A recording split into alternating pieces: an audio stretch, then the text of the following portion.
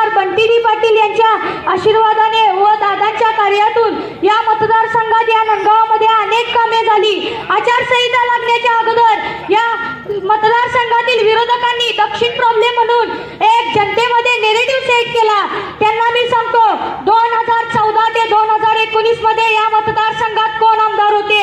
त्यांनी काहीच विकास केला नाही। म्हणून ऋतुराज दादांना 2019 ते 2024 पर्यंत इतकी विकास कामे केली की त्यांनी उर्वरित काही जागांचे फोटे काढून त्यांनी आणि ते म्हणतात 2100 रुपये देऊ तर तेल किती महाग होईल पहा, डाळी किती महाग होतील पहा। आता या कोल्हापुरातील भाजपचे राज्यसभा खासदार धनंजय माडी यांना खासदार म्हणण्यास मला लाज वाटते।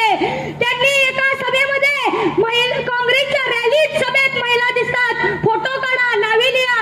आज त्यांना मी इथून जाहीरपणे चॅलेंज करतो, इथं महिला बसलेल्या आहेत, काढा त्यांचे फोटो, दाखवा काढून काय तुमच्यात हिंमत आहे करा।